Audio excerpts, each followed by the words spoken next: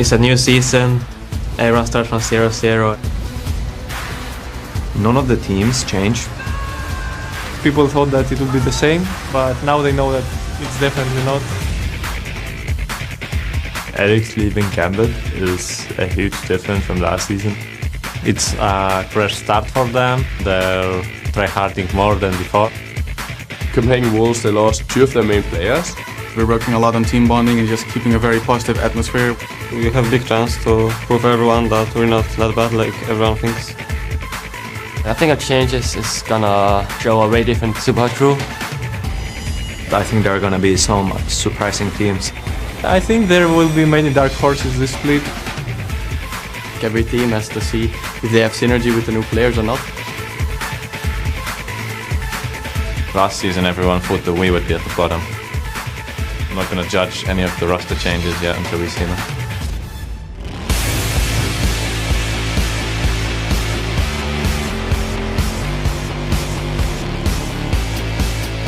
Hello ladies and gentlemen, and welcome to the European League of Legends Championship Series Summer Split. I'm Joe Miller along with Martin Deficio Lunga, coming to you live from our studios here in Cologne, Germany, and we're ready to kick off the split with a 16-game Super Week as the teams continue down the road towards the Summoners Cup. And even though 3 of those teams had to battle challengers for the LCS spot, all 8 of the European teams are returning to the league.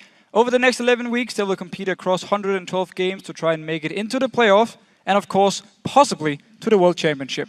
And with that in mind, here are the teams that are going to be facing off against each other today. We'll kick things off with an El Clasico between Fnatic and SK Gaming, followed by Roccat taking on Millennium. After that, we have Copenhagen Wolves facing Alliance. The Millennium will take on Super Hot Crew, and we'll close the day with Gambit versus Roccat. And even though the same teams from the spring split have returned here in Europe, there are some new faces in the crowd, as you've heard already in the preview show. Here are our new and returning players that we'll be keeping an eye on this week. My first choice up is SK Gaming's mid laner, Jesus. There's no doubt that he gained a ton of experience and very quickly during his first split, but he's going to have to step things up here in the summer split with a view towards Worlds.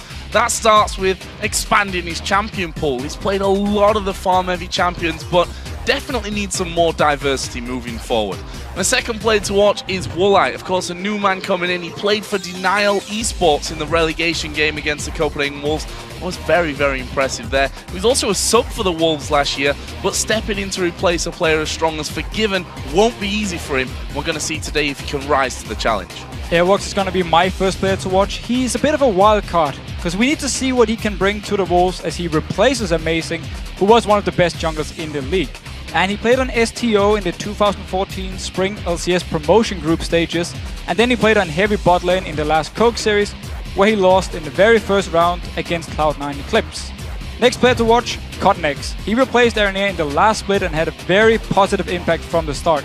Cotnex, he is a carry jungler, and Millennium, they showed in the promotion tournament against NIP that they know how to play around Cotnex, and they can make sure he gets all the farm he needs to carry games. Last player to watch, it is Froggen, of course. After leading Team Ice to victory at All-Star Paris, the Spring Split MVP is considered by many to be their best mid laner in Europe. And this is actually the split where Alliance and also Froggen really need to claim the throne and secure a spot at the World Championship. And of course, you'll find all the stats for all of these players and much more over at lolesports.com. You'll also be able to find today's schedule of games and let us know who you think is going to win. Just pick the teams you think will win on the schedule and hit submit. And you can also find out how to join us here in the studio in Cologne to see these games live. Just head to the ticket link at the top of the page for all of the information. And we'd also like you to join us on Twitter. Today we want to know which EU LCS player do you think will make the biggest impact on their team this split, and why?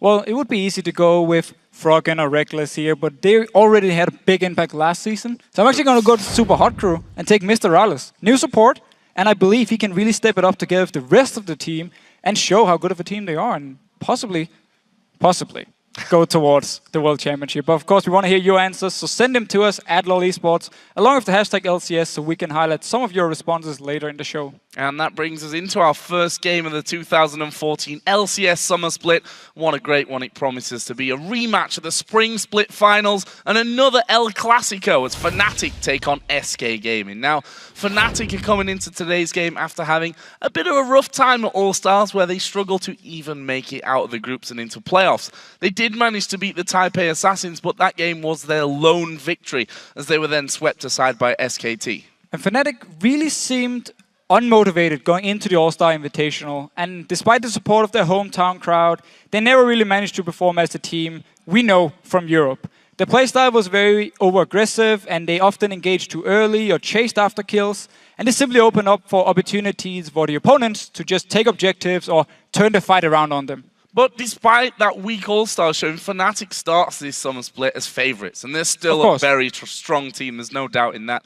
However, they have to be more consistent and not repeat that Spring Split swing where they went from a 7-0 winning record to a 0-8 losing streak. I think it's very clear the Fnatic players, they need some help with the mental aspect and to assist them in preparing throughout a tournament, because they need someone who can spot issues in order to sort them before they become a real problem. And this could be the key for more consistent Fnatic and for a team who can really represent Europe at Worlds. And on the other side, of course, SK are one of the few teams who didn't change anything on their roster or on their staff in the middle of the seasons. They showed very consistent play in the last split, and let's be honest, they impressed everyone with their objective control and their late game team fighting. 100%. SK Gaming, they rely on outplaying the enemy team on the map in the mid-late game. Quick decision making and then focus on objectives. Then while they have Freddy split pushing up in the top lane has been the key for them to win. And the only issue was in the early game in the matches where Svenskeren didn't manage to carry the team. He didn't manage to get any kills on his ganks. The meta, however, the meta really fits SK Gaming perfectly. Because you can win games on fast map movements and playing the right champions. And because we have to be honest, they were never a team to win on individual skill, but they won through tactics and shot calling, and we just need to see if they can keep up this performance and if they can stay as consistent as they were last season. Well, Fnatic are hoping to bring their experience from the All-Star Paris into this match, while SK Gaming are coming in motivated and looking to top the team that handed them that second place in the spring playoffs. Overall, I think the Fnatic team that we saw last split is the one that we see this split. More or less relaxed, calm and refreshed from their breaks. The strength of SK last split was mostly that they play really well as a team and they make very little mistakes. But at the same time, you have to think twice as well. Like, why are they so successful in the micro-strategy?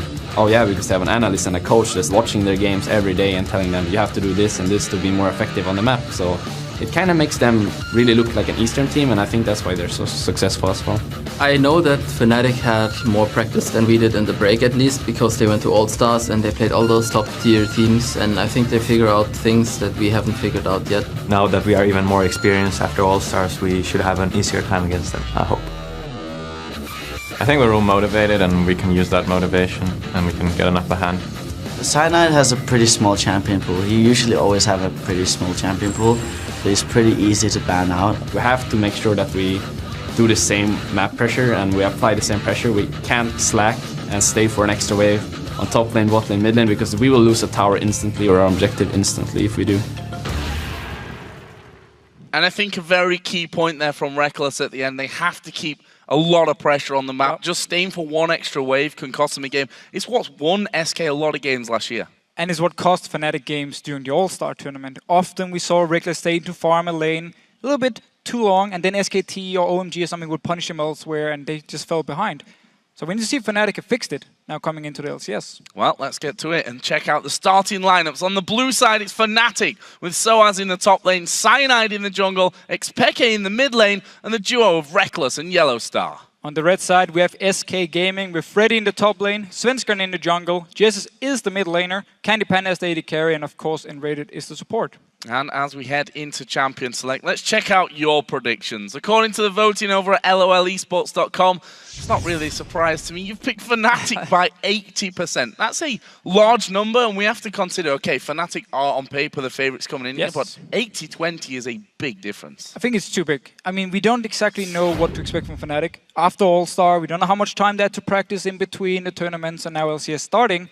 So we need to see what they're actually going to bring to the table. And SK Gaming, they've had the coach, analyst, everything working with the team in the break here. And of course, they want to go for the #1 spot. So they should be very motivated. And I can actually see SK Gaming winning. And that's what you have to wonder here. What is the advantageous position to be in this position? Is it Fnatic, who have had to take on some of the world's best in Paris, had the travel time there in between, and let's be honest, having to prepare for a completely different set of teams? Or is that on SK Gaming side here, because they've had the time to sit at home? Have they been on holiday? Have they been just training through? So many questions to be answered, and very interested to see the outcome of that quite short period, to be frank. Yeah, and I mean, it can go both ways. Yes, it's always great to play against these insanely good teams, some of the best teams in the world. Learn how it is to play under the pressure, see what they're doing in the small things that you can change yourself, learn to do it, and then try and use it on the teams here in the LCS. However, preparing for SK Telecom T1K and preparing for SK Gaming is very different. Like, different champions, different play styles. Yeah, it might be a little bit alike, but still, it's not the same here. So for Fnatic, all their time they used to prepare for All-Star, completely different teams now in the LCS. They need to redo all these things here, need to rethink the picks. Also because it didn't actually work for them during the All-Stars. I mean, Reckless on your screen now, he picked Graves a few times and never really did too much on it here. Is this still a pick he wants to go for in this 4.7 patch now against SK Gaming? We need to see. And for SK, the fact that they've had this long break, they have time to work on the issues from last season, time to watch all the VODs, watch Fnatic's games at All-Star, try and really break down and make just one specific tactic for this one game, because it's the first game of the season. They knew, or they know what to expect from Fnatic. Honestly, I think it's in their favor. And that's the important thing here. If we look at the last 2 splits here in Europe, they've been so very close that just one win, although, you know, we look at a season, we think 28 games, play each other 4 times. That is a lot of games against each team. But we've seen it now, 2 splits in a row, that head-to-heads really matter. Just one single win can mean a difference between first and even third place. We've seen that happen already. So even at this very early stage, the first game of this split, this is so important. Yeah, just the mental aspect going into the tournament. If SK Gaming goes in, beats Fnatic, who was the team who won all splits actually here in Europe, all the LCS splits, beat them on day one and just say, oh, we're actually doing something right here, things are working for us. It gives you such a big confidence boost they can use moving on into the Super Week, because it's 4 games they have to play this week. Fnatic, on the other hand, if they lose the first game, they might say, ooh, things are not working for us. It didn't work at All-Star. What should we fix now? We need to see how both teams adapt to it. Obviously, we talked about it. Fnatic will always be favorites when it comes to Europe and LCS. But SK Gaming also a very strong team. Well, we are going to be moving to Champ Select here, so let's touch on that quickly before the first bans come out here. We saw Fnatic banning a lot of Ziggs at All-Stars. The thing is, how is this going to be working out? They banned, if we look at the playoffs, against SK Gaming. Every single game, Ziggs taken away. Ziggs and Evelyn. Evelyn already banned away here. Every single game banned away from SK. They don't want Svenskeren to play this early game pressure jungler, which Evelyn is, who also scales well into late game. So I like the ban, and I really like the fact they banned away Twitch here. Because Twitch was a very big pick at All-Star. It's been a very big pick in Korea, in NA. I like the fact that Europe picking up on it and knowing how strong the pick actually is. So Fnatic banned away, don't want to deal with it. And especially when Candy Panda was a player playing Twitch, when not many people were actually playing Twitch across the board. So let's have a look at some of the other ones. Cassidy, you already mentioned, still very strong. Probably going to be a red side ban throughout most of the day.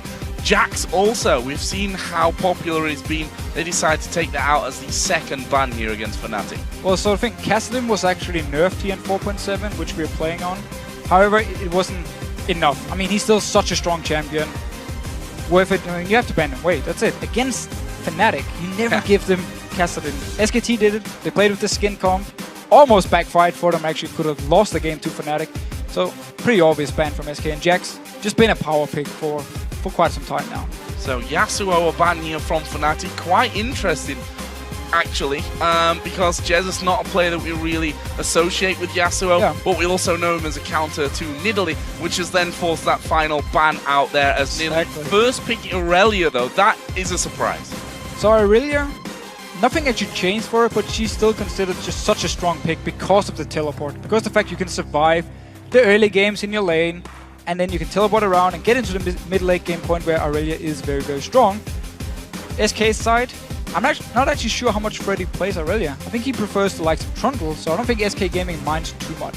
Yeah, Trundle is definitely a champion that he's gone to time and time again there. They also pick up Lee Sin here for Svenskeren. You mentioned earlier on that Evelyn was banned away as the first ban for Fnatic. And also, the fact is Svenskeren has to be strong. If Svenskeren's not performing, SK Gaming as a whole aren't performing. The early game relies on Svenskeren. What he can do with his ganks, how much pressure can he apply. He needs to help out the lanes. He always goes to bot lane first to gank, then he goes to top lane. He ignores the mid lane where Jess just farms. That's why, again, Lee Sin is a perfect pick for him, and such a strong pick in the current meta where fair play junglers kind of fell out of favor again after some nerfs. So it makes sense to get the Lee Sin here, very strong. And of course Lucian, I believe actually for pretty much all AD carries in Europe, he was the most played AD carry. So on the other side, Graves, you talked about it a little bit before. We saw it at All-Stars from Fnatic and from Reckless, weren't too impressed with it. They picked up LeBlanc as well at the same time. So I like Graves with LeBlanc because you have so much burst potential on a target. If LeBlanc lands the chain, Graves can dash in and just fire all the burst and his target should go down. That's why it can be very, very strong. Wave clear wise though, if you look at the first 3 picks here from Fnatic, it's going to be a bit risky for them. I mean, yes, you have the ultimate from Aurelia. Yes, you can jump in with LeBlanc here, but it's risky. Same goes for Graves. It's very short range wave clear here. So if SK is sieging on a tower, it's going to be hard for them to for Fnatic to actually clear the wave. Could be an issue. However, they're clearly going for a more offensive comp themselves to start something. On the side for SK Gaming, their 3rd and 4th picks coming in. Trundle, not a surprise to us whatsoever. We already talked about how much Freddy loves that one. And then we see Kale coming down. At this point, you have to wonder, does he go to Jesus or does he go to Enrater? Because he has been the one that's been picking up this support Kale. Could be an option, of course. But we've also seen quite a lot of mid and top Kale lately where you build a Hurricane as your second item after Nash's Tooth. And it's something starting career. Actually, maybe Kautar did it half a year ago here and his team was like, nah, we don't like it. Korea really picked it up. A lot of people have been playing it and it's just so strong. We can talk about it more if he builds it in the game here. But it's gonna be Trundle and Kale together. Very, very beastly team fights, especially late game for SK here. It's gonna be hard for Fnatic to kill any of these targets so far. So other side then, jungler locked in for Cyanide will be Elise and Thresh for Yellow Star. Now, Thresh is a champion that Yellow Star had played a few times early on in the spring split, but kind of shied away from it when it came towards the later stages. And I believe actually, during All-Star, he said, I don't actually enjoy playing Thresh. I don't think he's a top 3 pick for me. Seems though he's rethinking and picking it up now. It is still a very strong pick. I mean, we don't really need to say anything. Most supports consider Thresh the #1 support here, so it's a very strong lane for Fnatic. If they land the hook, a lot of bursts coming in from Graves. I might actually expect him to try and lane swap though, because they want to get this Aurelia away from the Trundle, as Trundle is very strong against Aurelia in the early start, in the early game here. Could see Fnatic lane swapping around. In case it works for them, we need to see what Source can do on Aurelia. So final pick then for SK Gaming confirms the suspicion of where Kale's going to be going into the mid lane, of course, with Morgana now going over to Enrated. So interesting lineup here. And a couple of the thing is, you look at Irelia for Soaz, and while it's not a champion that he's tended to go for, we've seen him play it in the past, but his champion pool is so ridiculously deep that you almost expect new picks from him on a weekly basis anyway. Yeah, that's very true. However, on SK Gaming side here, with the Morgana pick as a support, they try to counter their pick comp from Fnatic here. You want to have the Black Shield against LeBlanc, you want to have it against the Cocoon, the stun from Aurelia, the hook coming in from Thresh. I mean, if they can avoid this target getting hit by the single target CZ, so the target won't get completely destroyed, they can try and stop the pick comp from Fnatic, and that's going to be the whole idea for them. Of course, Fnatic, they just want to look for picks all around. Land a hook, land a binding, land a Cocoon, instant kill the target. We'll see if they can find those picks. And now that the players have selected their champions, we want to know who you guys think ended up with a better team composition. Send your pick to @LOL Esports on Twitter using #FNC or #SK. And we'll check out your responses shortly.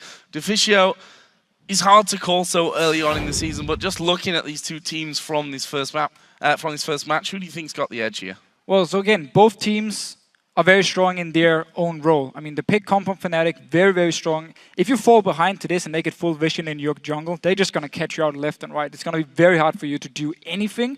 But the team fight comp instead for for SK Gaming. Also scaling into the late game is going to be very scary here. Lucian, very good late game. Kale, of course, is insane late game together with Trundle.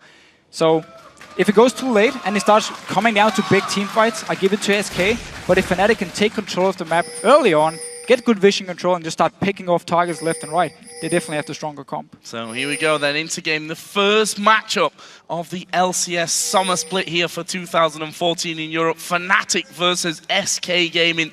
The question is, who's going to be coming out on top of this one? We should talk right now about 4.7 and the changes to trinkets. So 4.7 trinkets, you can see down on your screen, everything is active, no cooldowns here. 30 seconds and you can place down your trinket. It means every single member, I mean, potentially we can have 10 trinket or 10 wards on the map by 30 seconds here.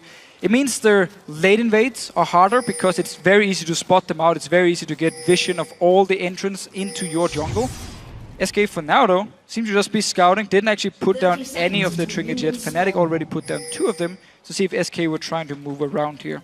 You can still do invades. It's just harder to actually do it without the other team at least knowing you're there. And SK will now spot Fnatic.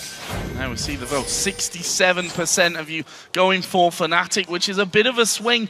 Obviously 80-20 was the vote from LOLesports.com earlier on. Right now Fnatic are the ones that have made the most ground in the enemy jungle. We see them already up there. A couple of wards going down, a fairly deep ward as well to spot in case that that lane switch is coming around from Fnatic. But as we see, instantly there's wards down from SK and instantly they can just move into the red side of Fnatic's jungle. They know everything. Both teams got vision of each other here, pinging each other out. Only thing we can say so far is that Reckless will be up in the top lane, so Fnatic, they get the lane swap they wanted here. As we talked about, they really want to get Aurelia away from this Trundle in the early game. And then, of course, the thing we barely talked about, Morgana with the black shield, and then, of course, Jesse's with his ultimate here. And whoa, look at this here. Look what Reckless is doing here. He's actually tanking the minions, making sure they will target the first minion from his wave moving up. You see the very first minion from him already dead. And at the same time, he will now push towards Fnatic. And also, he actually could have done it a little bit better, push it a little bit further away. But also what he wants to do is that when the next wave spawns, he wants the wave from SK to hit his wave faster than his own wave coming down from the bottom lane here. So he's simply trying to get it to push in favor of Fnatic, so actually push away from the tower and therefore denying Freddy as much CS as possible.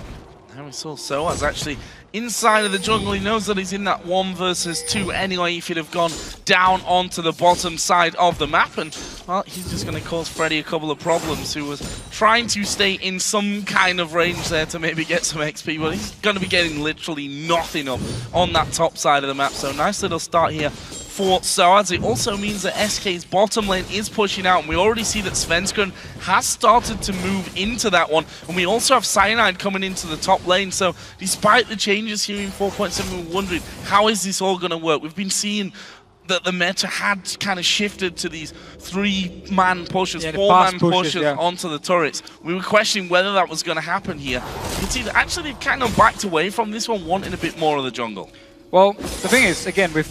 Ooh, actually going very aggressive onto Freddy, no, backing away. But the thing is, with 4.7, all the outer turrets now takes 30% less damage. So the 4-0 fast push is harder to do because it takes more time simply to kill the tower.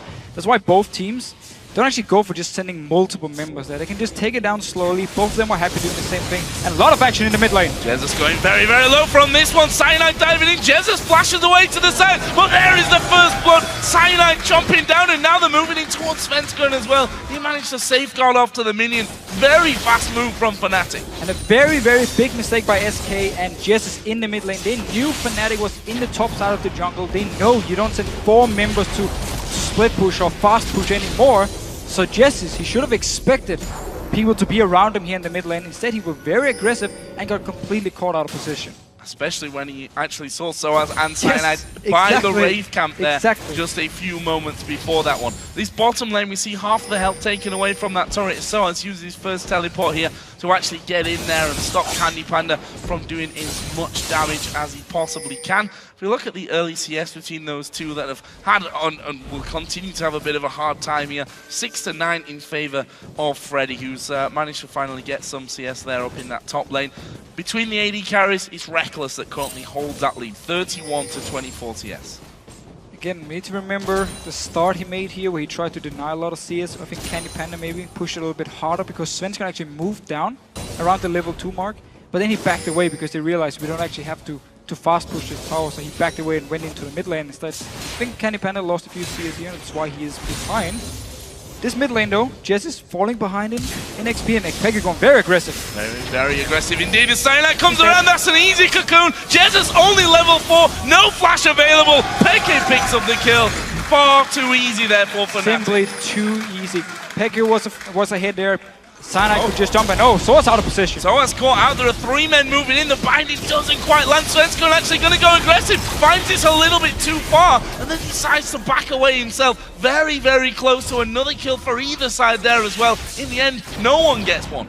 Nobody here, but Fnatic actually with 3 members pushing towards the mid lane. Source though decided to not go for the tower, instead moves up here to get the Wraith camp for himself. SK can quickly move around though and actually defend the tower. But a lot of action, mainly around Jess here in the mid lane because he used the flash and because he was out of position. Can't even blame him for the second one. He was just standing in the middle of the lane, but there's nothing you can do when the Blanc can jump you and then the Elise can jump you as well. You've got no flash. No flash, you're level 4. I mean, you're probably going to die at that point. As Freddy here, also somewhat of a dangerous position. He needs to get into this bush to see them quicker, and he actually will just walk straight into it. Cyanide, full HP. Freddy's been stripped down completely, and he's surely going to die from this one. He himself doesn't have flash available either, and Cyanide picks up that one. SK's reply is that bottom out to turret. But this is simply lack of vision control from SK and map awareness. I mean, again, Fnatic, Source, he went through the mid lane, walked up to the top side of the jungle, so they knew he was in there somewhere. There was a chance. No wards, of course. And yet Freddy just slowly just walks by them. Oh, there's 2 people, I'm dead. I mean, SK, they're not warding properly at the moment, and Fnatic, because they can just roam freely in the jungle of SK, can just pick them out and get the kills. And now teleport from Freddy. They want this dragon. Level 3 Freddy. Well, Fnatic try to stop this one from happening. We already see that Peke has moved across, gets the ward in the Dragon Pit, so they've got vision control of it, but they're not really in a position to do anything. Just gonna time it. They're just gonna time it here. Put down the ward, get the timer, so when the next Dragon spawns, in position. Of course, again, also on 4.7, Dragon much slightly buffed. Gives 20 more gold now to every member on the team, so Fnatic, or SK at least, picking up the first Dragon. They did use the teleport, and Reckless just left by himself in the top lane to farm. Which can potentially become a big issue for him. Up to almost 70 CS, and with the second spawn here of that red buff, we see that Cyanide is in there. He, of course, did steal away that first red of this game as well. Svenskon knows that he's inside there, but doesn't actually... Oh, he did have his trinket up, but decided not to go for it. Didn't have Smite available, so may have not been able to do anything to stop that one anyway. Either way, it's a good pickup for Fnatic. Yeah, Fnatic just continue to walk into the jungle of SK like it's their own jungle. They don't even care, they're not afraid, taking the buffs, getting the kills, all they want here. Jess is in the mid lane, still behind in XP. He will remain behind in XP for quite a long time. And he just needs to try and farm. He's never going to be able to move around here because Peke has all pressure on him. I see blue buff going over to Peke, 1-0-1. A scary prospect when LeBlanc starts to get ahead of you, both up in CS and in those kills as well. See some more items coming out. The AD carries both picking themselves up a BF sword. The top laners actually both going double Dorans with boots to start things off. And now SK moving here actually will be a 4-man push towards this mid lane. They've actually managed to catch Peke. He dashed straight in there and the ignite is ticking away. Oh, there comes the shield and he is going to survive it, but it was so close. Very, very good binding by Enrated. Predicted to jump in from Peke, just landed straight in his face, got a lot of damage. And SK Gaming can keep the pressure going here. 3 members from Fnatic to try and defend. Not a lot of wave clear. Regulus needs to get in close to get wave cleared. SK though backs away. Playing it safe, and those are the scary, fast group up movements of SK Gaming. Quick decision. The quick decision making that gets them into a perfect position that obviously caught Fnatic a little bit out there. Peke obviously was trying to do as much damage as he could to stop them taking the turret, and unlucky for him, or lucky for him actually in the end, survived with hardly any help. But now they've got 3 men of their own in this mid lane. It was the thing we talked about with Blanc. Yes, she has decent wave clear, but it's risky. We saw it here and Raid just predicted the jump and binded him and forced him to go back. Almost killed him. The others like just saved him in the end. But Fnatic, yeah, putting on the pressure on the tower here. It's gonna be hard for them. They don't have the best siege comp at least. They want to catch out a target and just instant kill it. It's of course where Kale's ultimate and Black Shield is gonna make it very hard for Fnatic. Go for Freddy on this one. He spots Cyanide coming in. That's a pillar to try and stop him getting away. There's no flash, of course. That was just used by Freddy. They're going to keep trying to go in for this one. Cyanide's flash actually coming up here in just a second. Can they get the cocoon? No, not quite. But have they got the damage to finish anyway? Freddy will just speed on off back behind his turret. Close, but no kill for Fnatic. No kill here. Again, they got the flash away from him. He's not level 6. He's also far, far behind in XP. And Cyanide, he could just move as he wanted. Yellow Star, though, needs to be careful. Oh, this is bad news for him. Actually, he's going to get kicked back there. It's Candy Panda coming out from the backside, but a great flash from Yellow Star into that red buff. They actually hit the Q there, did Svenska, and Peke coming across the side as well. And Yellow Star caught a little bit out there, but does manage to survive it. Peke actually having to use his distortion to get away from all that damage as well. Almost picked up the red buff here. But SK simply responds to the fact there's 2 members up in the top lane, so they move into the jungle, pick up the red buff, and almost a kill again onto Yellow Star. But Fnatic are doing a great job just escaping in the end. Always trying to get something on the map, but SK responding, picking up the red buff. Can't always escape though, that's the real danger to that one. And Yellow Star, I think maybe more than anyone else in Fnatic, a little bit guilty of being caught out somewhat, as he's, you know, just trying to ward here, just trying to ward there, but that's going to happen if you want to win this vision control game. We can see that SK have got a deep ward, had 2 deep wards actually in the Fnatic jungle, a couple of them timing out, and there is a scan to get rid of one as well from Yellow Star, who's now picked himself up that sweeper. Actually, there are 3 on the side of Fnatic already. Simply going to deny a lot of vision. We've seen the jungle of SK, 2 wards from Fnatic, nothing from SK himself. Some of the wards just ran out, to be fair. They were there before, ran out now, so SK need to renew them. Otherwise, Fnatic can just keep doing what they're doing now. Quick move around the maps here. Cyanide can find a gank. He's already picked up 2 kills and 1 assist. Svenska, though, spotting out Source. He's in the tower, actually. Underneath the tower, dashes straight off to Candy Panda and then onto safety as well. Could have been a little bit dangerous for him, but the time ability there of Irelia making sure that he doesn't get caught too far out of position. Peke also with LeBlanc. Enrater's going to have to, and credit to him for landing that binding earlier with the prediction. It's got to be prediction, and that's the unsafe thing of trying to lock down the LeBlanc. Cyanide here actually getting caught a little bit far back. There's minions for him to repel to, though, so that won't be a danger for him. It's going to be hard for Enrater to land a lot of his CC because these members from Fnatic are very mobile. Of course, Irelia as well reduced CC towards her due to a passive, so it's going to be hard for him to actually get too big of an impact when it comes to bindings. That's why his Black Shield just has to be spot on. Let's have a look down at some of the items here once again. Athene's Unholy Grail finished for Xpeke there on the Blanc, still holding around about a 20 CS lead. And the Stinger in for Jezza, so he's going straight up into that Nash's Tooth. If you look down the AD carries, both of them now got themselves in a advanced set. Just Peke going quite aggressive, but didn't get the initial burst of damage he was looking for the combo. But you see Candy Panda here? Instantly he just flashes away. Don't want to risk anything. He knows Peke is very strong at the moment. His flash is gone, so next time Peke finds him, it's going to be hard for him to escape here. And we actually see the build from Jesus. A lot of attack speed early. He will be going in for the Hurricane later, and then we can talk about it. So Dragon is now live. Fnatic have 2 men already in position. Peke's into that bottom lane as well. That is pushing heavily onto that bottom outer turret. Candy Panda being called around to defend this one, but SK need to close in because Fnatic are moving in for the kill here. Onto Candy Panda. It's Cyanide that's actually going to tank up the turret. There's a lot of damage coming in. Cyanide simply repels away. SK's move here, and not a bad one either, pushing the outer middle turret down. SK responding the best way possible, picking up the mid tower. They will keep pushing here. Only Source is there to defend. His ultimate is gone. This could be the tower for SK, however. Source doing a very good job trying to defend. Tanked up here by Freddy. That turret is going down. Actually, Svenska going aggressive there on towards Soaz. In the end, Soaz not able to keep a hold of that one, and what looked like a good move for Fnatic, moving in there, taking the outer bottom turret and a kill, means that they lose 2 middle turrets. They will get the Dragon back though. Both teams actually trading a lot of global gold to each other here. 2 towers for SK, as you said. It's in the mid lane, however, so it's very important for the vision here from Fnatic. So it's very important towers for SK to get down. Dragon though, bot tower and a kill for Fnatic in the bot lane. It's not too bad. However, you never want to just give up 2 towers, so SK clearly won out on this one. Yeah, starting to get more farming. Candy Panda getting completely called out though, and he's going to go down. In the end, it was Peke's Ignite that actually finished him off, and Those are the kind of kills that you just can't let happen. To a big team with a LeBlanc in there who's only becoming more dangerous. Look at the minimap at the moment here. Around the blue buff of SK Gaming is multiple wards from Fnatic.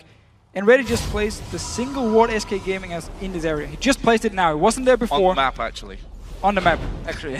So there was no chance for Candy Panda to spot them out. I mean, yes, he should have expected him to be nearby. It was too easy for him to catch him out, but the vision control, it's been in favor of Fnatic throughout the entire game, and they're doing the right thing with this pick comp here. Making sure they deny vision from SK, get superior vision themselves by putting on multiple wards, and then just catching out targets. Candy Panda died twice now. And then ready to try and get some of that control back. We'll take out a pink ward, but he was stood on top of another Fnatic ward. If I can count correctly, there were just 5 in a row there, as one of them does in fact end up timing out from it. Also, Jesus at that point with his Eon, that those mini waves really do not last long, and he can clear them out before Fnatic can get close to these towers. As long as he can get close enough himself to actually get in range and not get picked out by Fnatic, it's going to be scary for him as well. I mean, both teams, they wait for this, but risky for them, and there's a chance they always get caught out. Fnatic, though, should be able to get this tower fairly easily. They're so much stronger at the moment. They just move up multiple members. SK was not in position to try and defend. And that leaves us at 3-3 in towers. The gold advantage most definitely with Fnatic right now as they look to maybe close in. They are waiting to move on to the side. Peke going to catch 3 of them there with a distortion. Doesn't quite lock anyone up, and the culling from Candy Panda going to force Fnatic to back away from that one. SK really holding their ground nicely there. Teleport is ready for Freddy. Just came up this second here. He could look to join in for a fight if Fnatic goes aggressive once again. SK for now though. Decided to just kite away. Very wise decision. Didn't have to use any ultimates except for the calling here. Not too big of an issue for them. And Freddy got some much needed farm up in the top lane. Back to the items. Now we see Blasting Wand and an Amp Tome brought in for Peke. On the other side though, that Nash's Tooth is done for Jesus. He's going to be doing a lot more damage, and we see the Bloodthirst as well complete for both AD carries. So the next few more minutes going to be very, very interesting, especially that next dragon when it comes up. The circumstances it went down last time, SK basically ignored it and just went straight down the middle. As soon as they spotted Fnatic move towards the bot lane and they knew Candy Panda was dead, the tower was gone, instantly just moved to mid lane, picked up 2 towers. It was a great move by SK, and it's what they need to do here. They're setting up for a gank in the top lane. Fnatic are pinging it out. Yellowstar just used his hook into the bush as well. Nobody was there because SK is still waiting around. Here we go. Pushing in is the binding from Enrated going to land. Yellowstar is not going to be able to dodge that one. This should be an easy kill for them. Box did go down. Yellowstar actually flashing off to the side, but they will lose their man. Enrated fell low in the process. Soaz is waiting on the backside. Enrated maybe for the picking, but 1 versus 4. Not surely a fight that they want to have. This is a tower going down. Actually, Freddy is starting to teleport out of this one, and he's going to go down towards that bottom lane to help. That leaves it as a 1 versus 3 now. Soaz coming into it, but still has to be so very careful from this. But still a very, very good move by SK. Fnatic, they had the idea, they put down a ward here, still ended up losing the tower, losing a member, and then Freddy teleported to the bot lane where Jesus was defending the tower, and they actually managed to defend it away from some Fnatic couldn't take it. Again, another great move on the map. So as though he's way out of position. Q lands, the slow comes in, that makes a culling easier to land here. Soaz down to less than half, a good binding. As Soaz turns around, they do manage to sew that one up. It's Svenskeren that gets the kill in the end for SK. Again, SK just doing a great job picking up the towers they can get, picking up the kills they can get to try and get back in this game. They're still behind. Next dragon coming up in 1 minute and 28 seconds. It's going to be the big thing. Can Fnatic get a pick and then take the dragon, or can SK just go down with the very strong teamfight comp and try and fight 5 versus 5? And we've seen from Fnatic in particular at All-Stars that they had some very dodgy decisions to actually fight. They were in positions where they'd fight for dragon, where they couldn't really do that, where the decision wasn't really a wise one, where they'd stay around for a little bit too long or chase after kills, and that's something that SK will surely be looking to take advantage of here, and something that I hope from Fnatic's sake that they've actually worked on that whole discipline of not chasing after something that you don't really know what's waiting around the corner. And looking at this game, I feel like Fnatic give SK too much time to actually move around. I mean, they gave them 2 mid towers, they gave the top tower now where SK actually stood for about 20 seconds just waiting to run in, where there was no response from Fnatic except for moving your support up there. He's not going to do enough against 4 members to survive, so Fnatic, instead of them taking full control of the map, taking full control of the game, and just making sure SK always has to defend the lane and can never actually move as a group to set something up, they let SK do something. And that's what SK has been doing really well, and picking up towers, picking up gold for themselves. And this is a bit of a deja vu moment. We saw SK setting up this trap just a little bit earlier on. However, Fnatic coming in force from this one. We see that SK say, no, that's too much. We can't fight this one. We have to back away. Peke actually coming in. The presence of Candy Panda forcing to dodge back off his distortion there. That Dragon is available, but Soaz is now coming in from the backside as well. Will SK be sandwiched? No, they've moved as a unit around the side from this one. Freddy's still there, so they could still fight for this. Freddy there, coming in closely. There was no teleport on his side, that's why he couldn't join in. SK going in though. Let's go going in. It's going to be Fnatic. They get the Dragon in the end. Yellow Star low. The ultimate coming out. Jesus will save Svenskeren, and Soaz is going to go down. Jesus picks up that kill. Can they get any more? They've hooked in Freddy, but he's not the target that you need. And Peke in the meantime doing tons of damage with Reckless now charging on through. Will he have the speed to actually catch up and do it though? No, the Cocoon not landing there from Cyanide. I think that's the end of that fight. A very close one. Look at the health bars of Fnatic. Very, very close team fight. Svenskeren winning as the first member. Drop low instantly, but the ultimate from Jesus saved him. He managed to get out and they picked up a kill. However, Fnatic could then turn it around, get a kill in return here, but very, very close fight. Look at it again. Svenskeren going in. Freddy's still running. He's not here. He's supposed to be in the front line. And Raid as well. He's laying his own ultimate because he didn't want to run through the box. Very well played by Yellow Star. You know, Source will be the target to go down, but from here, the rest of SK are like, some is running back, some is still running in. Jess and Candy Panda ends up being in the front line. Simply just get caught out, and there's a kill for Fnatic. So they trade 1-for-1 at least, kill-wise. Dragon in the end though going to Fnatic. It leaves them with almost a 3,000 gold lead. 21, call it 22 minutes into this matchup as Enrated will spot a pink ward. They've seen Soaz there on the top side of the map as well, so no immediate action to be had around that area. So let's touch on some of the items coming in. Phantom Dancer now for Reckless added into his Bloodthirster. The other side, Candy Panda going for that Trinity Force straight after his Bloodthirster. So pretty standard for both AD carries here. Both of them should be going for Last Whisper as the third item. And both of them, I mean, yes, Graves. If you go full late game, he's a good AD carry, but he's not exactly a hyper carry. He's not a guy who single-handedly just carries a game in the late game like Vayne or Kog'Maw will do. Lucian, on the other hand, is a bit more safe as well. But both of them actually fits the comp really well. That's what I like about this Graves pick from Reckless. It didn't work too well for him at All-Star. Been working okay for him in this game. Lose out again on position, and SK had started to move down, but of course the inner turret was already taken earlier on in the match, so there's no easy grabbings left in that mid lane. You've really got to commit quite deep in there, especially with the inner turrets open still on the top and bottom sides of the map. The fact is, if SK want to go that deep and start challenging on a turret, they need better ward coverage down on the on the Fnatic jungle. Currently that's a ward on either side of that mid lane. Of course, Baron as well starts to become a concern this late on into the game. A lot of wards already down in position there. A lot of wards from both teams down here. Nobody want to get caught out of position. Of course, Fnatic need to go in here with the sweeping lenses. They got 4 now. Not only they're 3 early on, actually picked up another one, so they really want to try and deny all the vision from SK Gaming. They need more pink wards down the map. How many do they have at the moment? I can see one at the bottom, one around the dragon. That's about it. They need more pink wards, but Enrated, he's dead. He's dead. I mean, not really much time for that one. He got hooked in there, and the full combo coming around from Fnatic.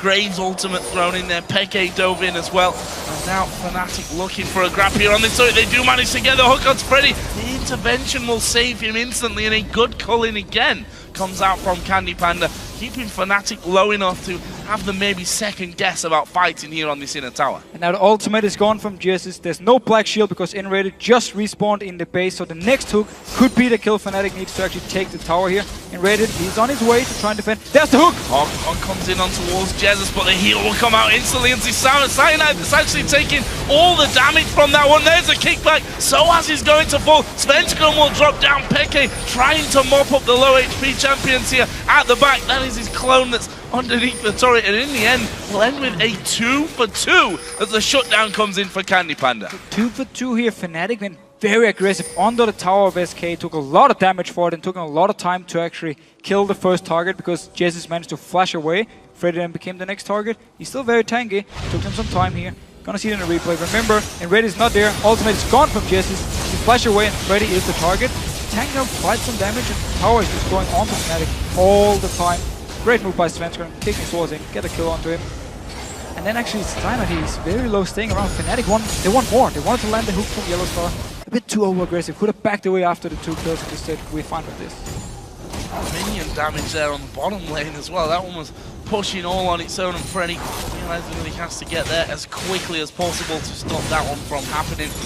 Jesus will also be getting himself a blue buff. So after that one, let's have a look down some of the items that have been completed. For Fnatic, Soaz has himself Trinity Force on top of that Warden's Mail. Now there's a Randuin's Omen picked up. Blade of the Ruin King is actually on the other side. Soaz just trying to stalk around there onto Candy Panda, but there's a ward there by that Golem Brush, and Candy Panda spots him coming and will back off to safety. Or they may even just catch him out here. They have full vision of him. The rest of the team, though, the Lantern should be here from Yellow Star in case Source gets caught up by a binding. Should be able to take it in safety. Yellow Star just waiting around. And there's the binding and Lantern. Oh no, the kick! He's kicked him away from it, so I'm trying desperately to get back onto it. He actually flashed there towards the Lantern to try and take it back, but that was quite the move from SK, you have to admit. Yeah, that was beautiful. That was beautiful. They knew they saw the Lantern. Svenskeren instantly just jumps around and kicks him back away from it. Both summoners down from Source. First the teleport to the ward, now the flash. Teleport is up on Freddy here. This should mean for SK Gaming, they can take some control of the map and start split pushing a little bit, and Freddy can then join in for fight somewhere. Oh, a Dragon, which is just spawned in there for that one.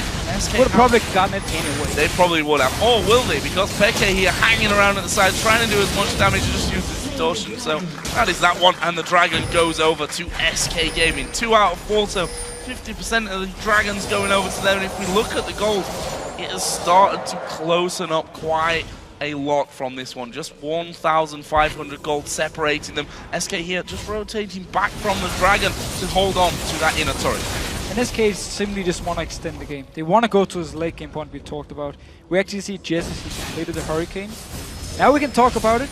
It is completed. The thing about Hurricane on kill, I think the reason it's very, very strong is it applies on-hit effects. So your Nash's Tooth here will do damage to the targets around the target you're hitting. You do damage with your Spellblade from your Masteries, which is 5% AP on hit.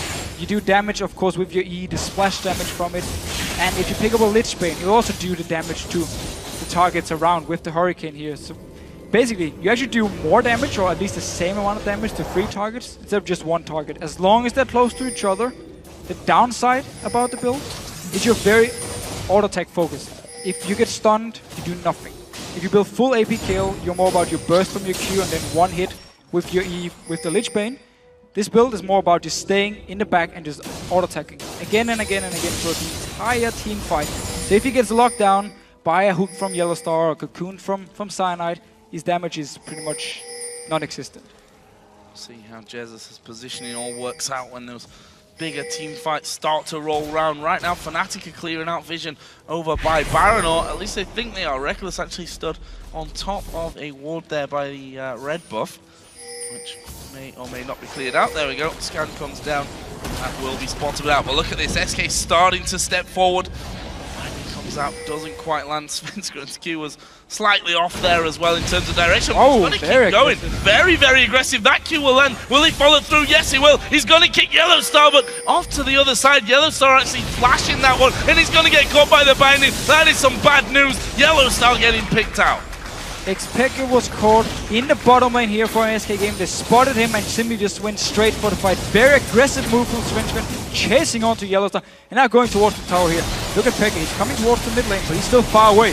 And they might not have much left when he actually gets there. This turret being stripped down quickly. There is the Indian turret going down, and Jesus is going on towards Soaz. Not quite got the damage. Sidestepping the cocoon. Peke is still waiting in the lane, but they're going to lose out on the inhibitor. Here is Peke from the side. Good damage, but he's going to get locked down. Surely, Candy Panda actually flashes over, picks up the kill and the shutdown. SK take the leading gold in this match. And again, Fnatic, they give full control to SK to do whatever they want on the map. If you're split pushing, make sure your team is in a position to punish the enemy if they move multiple members to stop your split push. In the bottom lane in this instant here, Peke was alone pushing it. Rest of Fnatic were just standing around. Some of them were at Baron, some of them were in the base. They weren't in a position to punish SK for anything, so SK spotted simply out Yellowstar at the Baron, just went straight for him. They knew there was only 4 members, a chance of 4 members. Easy kill for them, and then went straight for the mid lane, and Peke was just too far away to do anything. Fnatic though, starting the Baron. 3 members from SK is nearby, and actually stopping them instantly. Pillar going down there from Freddy. Shield was on, so Yellowstar wasn't ever going to be able to lock up Freddy either way. Hurricane pulls the Baron. Not really, yeah. God, I just want to kill that one. Oh wait, I've got a Hurricane, not cool. Blue Buff is up here, and that may well be stolen away. No, that will actually in the end go over to Cyanide. We'll make sure that one doesn't fall. Wondered how aggressive Fnatic were going to be about that Baron. They saw that 2 men were recalling there, so they had the numbers advantage, but no, they started to fall a little bit behind. And the fact is that Jesus now is doing so much damage to them, and they realize the 3 versus 5 on Baron in particular is going to be such a risk. Again, they're playing a pick comp here, which once you go to the late game part, it's going to be so hard because again, you need to rely on picking out targets, not straight up team fighting. SK can just go 5 members, find a fight, and they're going to be the strongest team. Ready here. Holding in, and a bit of a trap set up by Svenska and Annen rated on that top side as well. And the irony of it really with SK up against a pick comp here inside of the Fnatic jungle. Trying to pick someone up. Setting the traps there for them. They're pushing out all lanes as well, and there is the push coming through. They've managed to lock up Jesus, but have they got the damage to finish it off? They try and turn around. Freddy actually being burst down very, very low here. There's the intervention coming in. Soaz went a little bit too deep from that one, and it was only really Freddy and Svenska a little bit that took the damage, but we see the heal coming out, his ultimate use. That leaves them in a 5v4 to take this turret. Again, the ulti from Jess is the black shield from N-Rated. It's the perfect counter to a pick combi. Whenever a target goes low, they chase towards to try and get the kill. Nope, here's the shield, here's the ultimate from Jesse's.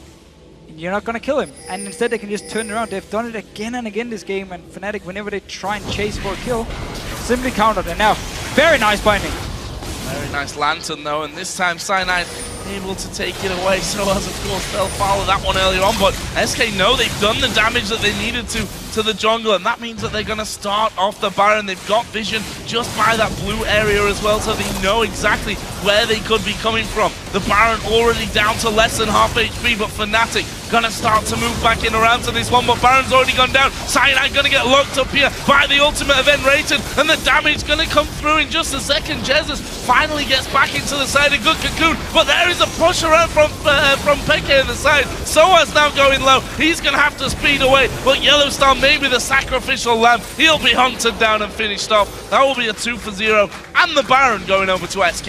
And they go for the finish here. All 5 members are up. They're gonna regen from the Baron. Are they just gonna time the inhibitor and kill it? No, they actually want to try and finish this game. Well, the inhibitor might actually be spawning in just a second, so that might stop that one. But here is Peke trying to defend off from this one. Svenska actually landing the Q, kicks him away. The Nexus turrets have already gone down here, and they're going to focus it in. A lot of damage from Peke, but it's not enough. SK Gaming pick up their first win of the season here against Fnatic. Brilliant win. And they simply outplayed Fnatic when it came to objectives, when it came to moving around the map. Early game, it was issues. The vision control wasn't there for SK Gaming. They gave up some easy kills for Fnatic, but Fnatic just didn't know what to do with these kills, and instead SK Gaming picked up the middle turrets, they picked up the top tower, got the dragons a few times as well, and managed to simply out-rotate Fnatic on the map. Let's see how gutting that is for Fnatic, having that lead coming in. Looking so good in the early stages of this matchup, but not able to push it through towards the end. And we've mentioned this earlier, well, how are Fnatic going to react to losing their first game of the season? Yeah, again, we need to see what they can do going into next game, of course. Everything can happen. We need to remember SK Gaming are among the best teams in Europe, so losing to them is not exactly a bad thing. However, the early game was fine for Fnatic, but then you just didn't know what to do. And that's something they really need to fix. They need to go back and rewatch this game here and see how are we playing our pick comp, how are we playing our split push, where are our members? When one guy is split pushing, applying pressure, where's the rest of our members? Because in this game, whenever someone was pushing, The rest, all 4 members would be, some would recall, some would do the Wolf Camp, and someone would be warding Baron. And that's what SK also just took full advantage of. Killed Yellow Star, took down the inhibitor, and then just forced the Baron afterwards. And from there on, once it came down to team fights, the late game team fight comp from SK were just so much stronger. I mean, there were 2 very clear big decisions there from SK. The first one, if we think back, Fnatic get a kill on Candy Panda in the bottom lane, and SK say, well, okay, you have that outer turret in the bottom lane, we're going to take outer and inner in the mid lane. And then they did it again there at the end. They see Peke's not there. They just charged straight down, got the kills, and they couldn't defend it. And that's simply also SK instantly seeing how many members are there from Fnatic, how many members are back to defend, who's defending. Okay, what can we do? If it had been like a Ziggs defending, he would be able to clear the wave. It was on Irelia. Clear the first wave, second wave, you do nothing. Because your ultimate is gone. And that's where SK instant react. And just go straight for the mid lane, take tower 1, take tower 2, and actually turn a bad situation around in their favor. Didn't care about the dragon. Let Fnatic get the dragon. We take 2 towers. We get a lot more vision. Because actually around this mid lane area, later on, when they caught out Yellow Star, after they killed him, after they got inhibitor as well, the entire jungle of Fnatic was suddenly warded by SK. It was the other way around, earlier in the game, where Fnatic had all the vision control. SK in the end just took full control after they got the mid turrets, removed them, full wards, could spot everything, catch out people, and Fnatic couldn't do anything. Well, fantastic win for SK Gaming. We're going to send things over to Shox, who's standing by Riftside with SK Gaming's Jesus. Thank you very much, Joe. Indeed, standing by with Jesus. Jesus, tell me about the game from your perspective, because indeed, as they touched on, early game was kind of hard for you guys, but incredibly well fought back. Tell us about that. Well, I played the Kayle against the Blank matchup quite a lot in scrims, but every single time I played the matchup, I was against Elise like this game, and I had cleanse in all those scrims. So I kind of played it a bit overconfident, and as they lane swapped, I knew they were going to gank me with both Irelia and Elise all the time. And I don't know why I didn't go cleanse like every scrim, so I just got stomped over early game, but our rotations were just better, and we just managed to get back in the game and win the game. Absolutely, you guys did very well, actually. Tell me about your build on Kayle, seeing the Runan's Hurricane in the mix. I saw one Korean guy do it in an official match, and then I talked to some other guys about it, and it seemed pretty good. I played it in scrims, and you get so much out of it. Like, you push so fast, and you get such good team fight potential. You get so much damage because your damage was nerfed so much from when they removed the AP scaling from Lich Bane and the Q scaling. So it kind of fits Kayle pretty well. Definitely worked out very well for you guys. First win is in. You guys finished first in the regular season in the spring split. Walk us through the expectations of SK Gaming for the summer split. I'm kind of expecting at least a top 3. I'm not allowed to say anymore. I don't know. I can't say. All right, but we'll be looking forward to seeing a lot more of you guys. Congratulations on the very first victory. We're going to go to a short break, but after the break, it is time for Millennium versus Roccat. A lot more action coming your way. We'll be right back. Don't go anywhere.